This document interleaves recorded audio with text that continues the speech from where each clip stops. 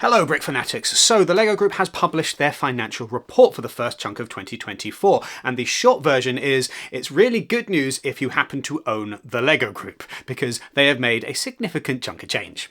The last update that we got on the LEGO Group's finances were that 2023 was a year with profit, yes, but not quite as much profit as some years previous, and especially with people going for smaller and therefore more affordable LEGO sets, and with issues around exchange rates, the LEGO Group's profits were okay, but they could have been better. And apparently things have now stabilized, according to the company's CEO, and things are going very well again, which is great, because who doesn't like more LEGO, more money, more everything?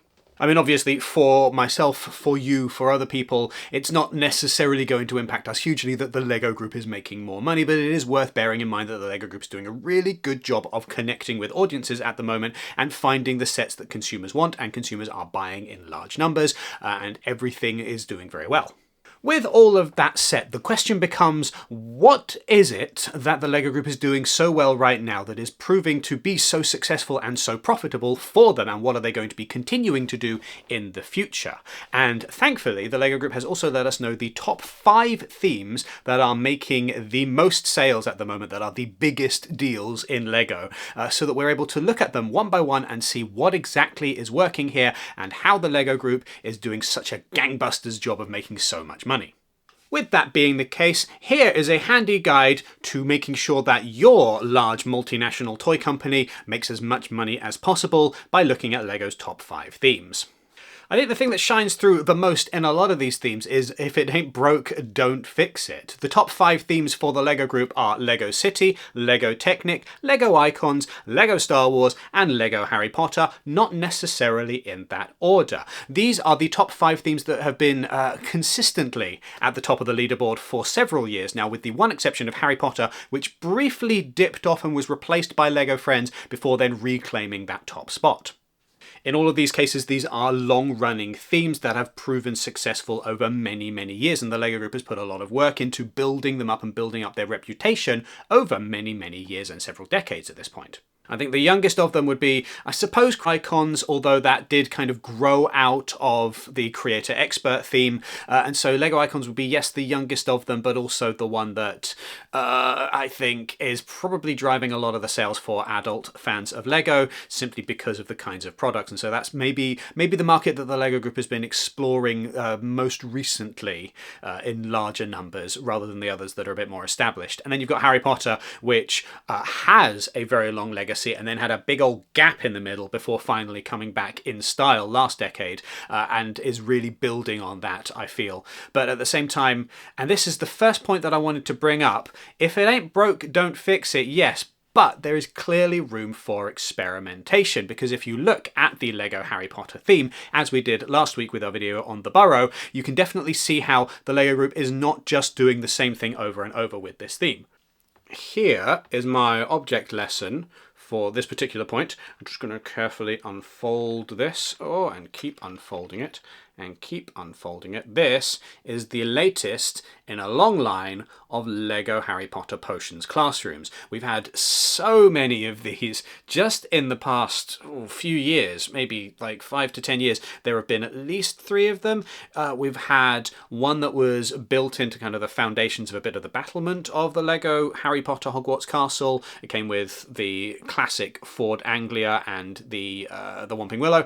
And then we had one that was built into a book, so you opened it up and it unfolded, not entirely unlike this, but just kind of in a larger, taller package, and matched up with the Transfiguration classroom, and there's various other different classrooms. And then I've got this one, which is designed to fold up very neatly and then slot into the modular Hogwarts that they are currently selling. And you get a different modular Hogwarts every few years, but it's nice how the LEGO Group takes a different approach with each of these and says, right, what worked last time? What can we build on this time?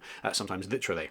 What I really like about this is how neatly that folds up, but then when you spool it out like that. There's so much going on here. Like, there's a huge amount of detail in the set, which I think is very, very clever. And I think that that's a large part of the way that the LEGO Group has managed to keep the LEGO Harry Potter brand so fresh, even as it continues to be one of the larger sellers, and even as it continues to just kind of age, because it's been a while now since those classic Harry Potter films. Warner Brothers and etc. are talking about rebooting them into a television series and what have you, and the LEGO Group is having to find new ways of making these continue to be relevant, even as that brand and that franchise ages. And what they've done here is, even though they are, yes, repeating themselves in making yet another Potions Classroom, they've done it in a very nifty way.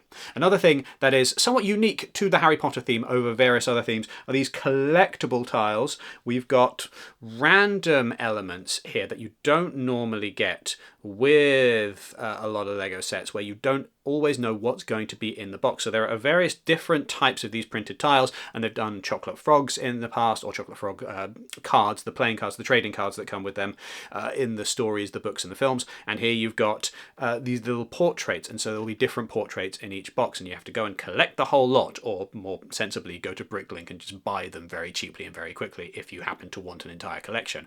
But that is something that has become a large factor in the Harry Potter theme that you don't tend to see anywhere else. With LEGO Star Wars, instead of random elements in the boxes, you've got the bonus minifigures that are in there. So it's a slightly different approach, and it's one that I feel is a little bit fairer, because if you were to do completely random minifigures in some of these boxes, that would be absolute pandemonium. That would be chaos. People would hate that.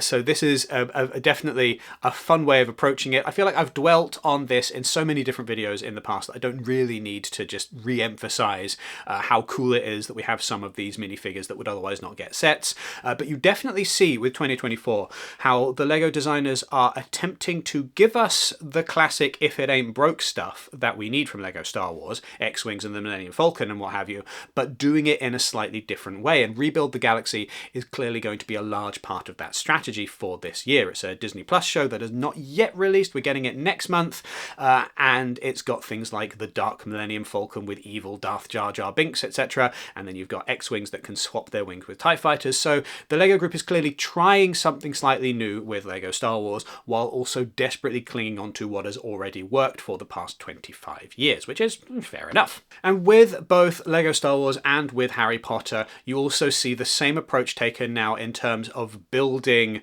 the calendar around a specific day that fans can get excited with, where both of these are big brands in and of themselves that have fandoms that come already fully formed for LEGO. They are taking advantage of that by using May the 4th as the big day on the Star Wars calendar to release a large LEGO set and to have special deals, etc, etc. And what once was just that one day has ended up sprawling out now into basically a week of deals and offers and additional cool stuff. And then you've got Harry Potter, which does something very similar with Back to Hogwarts Day on the 1st of September, where that's the day that the fandom was already celebrating, and now as part of that celebration they'll wheel out the Burrow or the new collector's edition Hogwarts Express, etc, etc. You get those large sets to then drive sales where people are already talking about the brand, which does feel like a very clever thing. Something that they can't quite pull off with a lot of the homegrown brands, simply because they don't have the fandom already celebrating big days. But then you get things like VIP weekends, and you get LEGO special occasions where they will try and kind of galvanize sales.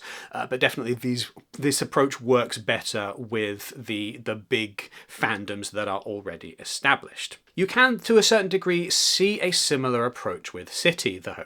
I had to describe the City theme to somebody recently, and I had to explain it's not actually about a city, because City also includes the jungle and the countryside and space. So it's not actually City, it's kind of real-life locations in the world and around the upper orbit of the world, but certainly places that you can visit that then have been given the LEGO treatment, which I think that's the best description that I could give for City. But if you look at how City has been using space this year and how it's tied in with other things across other LEGO themes, you can see how the LEGO Group has very deliberately built this kind of broader, wider appeal into its space sets, because you've got the City space sets that do the kind of the classic City thing and in a way that feels very familiar and fits very well with City and appeals to the people who are buying City sets. You've got the ones that do the same but with the Friends theme. You've got the collectible minifigures. You've got some in Technic. And the LEGO Group has done a really great job of broadening things to make sure that there is something here for everyone. So no matter your personal preference, when it comes to space sets, the LEGO Group has got you covered somewhere in its catalogue. And I think that that has been a big driving factor for why the space year of 2024 has been such a brilliant thing for collectors and for fans, and definitely has then generated sales for the LEGO Group. I mean, it's nice that the City theme doesn't just stick to the classic City stuff. I've heard it said that if you really want the old school approach of a LEGO City, or going back far enough, LEGO Town set, you go to LEGO Friends now instead, because that's where all the buildings are. That's where all of the kind of the shopfront facades are. That's where you get the greatest variety of different buildings and stuff. And then City has now expanded to kind of just to do whatever, and to be able to take a 6-month period and say, right, now we're doing jungle stuff, or to take a 6-month period and say, now we're doing space stuff, or do them both at the same time. It's allowed for a lot of flexibility, and it's allowed for a lot of experimentation with the designers. And so if the approach with Star Wars, and to a certain extent Harry Potter, is if it ain't broke, don't fix it, with City it definitely seems that the opposite is true, that it's like, right, well, what different weird and wonderful things can we do now that we've got this brand so firmly cemented within the LEGO catalogue and within the LEGO experience in general. And then, of course, there are the classics. There are the things that are never really going to go out of style with City, because as City is a theme that is aimed at a little bit of a younger audience, it does mean that they get a constant refresh of new fans coming up who haven't had a motorcycle chase set before, but that's just one of those things that you've got to have. They haven't had a firefighters set before, and so there's just one of those on the shelf. So it's not entirely dissimilar to LEGO Star Wars and LEGO Harry Potter in that you've got those classic archetypes that keep showing up. The difference is that outside of that, City has a lot of room for experimentation and leaving the city behind and doing something that's just so bizarre at first, but you never know when something is going to catch someone's eye and really develop an idea that's going to become the next big theme for the LEGO Group. That being the case, shall we talk about icons? I'm gonna use I'm gonna use this as my object lesson, my visual aid for this particular point, and apologies because it is a little bit dusty. I'm doing very badly at dusting these things. The LEGO Group has found significant success with the LEGO Icons theme and making a selection of different things available to adults. And it's within this theme that you get things like Lord of the Rings, Dune, Transformers, but then you also get some of the funky things like radio, or indeed a lot of botanicals. And according to the LEGO Group, they've seen a lot of success with botanicals in recent years, where they have found not just a different way of making Lego, but a completely different audience who wouldn't otherwise think of buying large Lego sets, but who are all in for botanicals and who want a delightful plant that they can sit on their stand that doesn't need to be watered. It should be dusted, even if it's not always, but it just lives there very happily, and you just get the joy of having a plant on display, but also it's Lego. And I think that that's one thing where I imagine when they first started doing the botanical collection with a bouquet of flowers, they didn't think anything of it. They just thought, oh, well, we'll throw this out and we'll just see what happens. We'll see how people respond to that. And the response was, yeah, we love this. Way more of these, please. And so you've got the LEGO Group now reaching a plant-loving audience that maybe previously didn't pick up a lot of Lego. And even outside of the botanical range, you've got other things within LEGO Icons that are just trying new ground. You've got Dune, and you've got the resurgence of Lord of the Rings, and you've got Transformers. So even these brand IP partners that the LEGO Group has been working with in recent years are, no, Lord of the Rings is not fresh and new, but it's something that is newly returned, and it's clear that the LEGO Group is experimenting and trying to find what people want here that they maybe weren't being served by with the previous selection of LEGO sets that were available. You've got new brand IP partners, you've got different kinds of LEGO sets coming up, and I think there's a lot of room for experimentation within Icons, where the LEGO Group is doing different things and trying different stuff and just trying to figure out what works. Okay, then we've got Technic. Ooh. And a lot of the same things are true for Technic as are true for LEGO Star Wars and for Icons and for Harry Potter, etc., etc., and indeed for City, actually.